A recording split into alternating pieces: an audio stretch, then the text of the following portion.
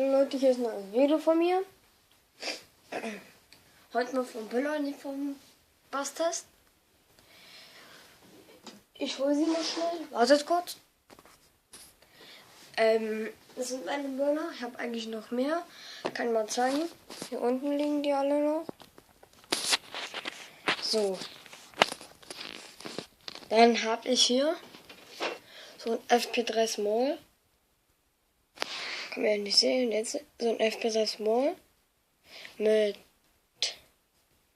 CE-Zeichen. Wie immer fast von Jürgen. NEC 0,83 Gramm. Ich glaube, das sieht man nicht. So. Da habe ich so ein FP3. Ganz normal FP3. Schon ein richtiger Unterschied. Wenn man den jetzt sieht so. So.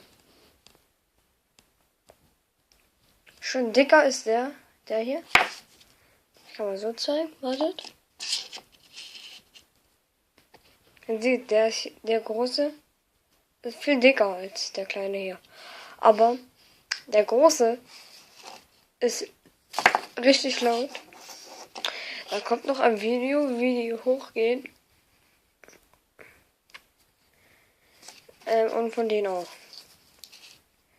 Vielleicht wenn ich den hier oder den kleinen hier in der Glasflasche reinstecke.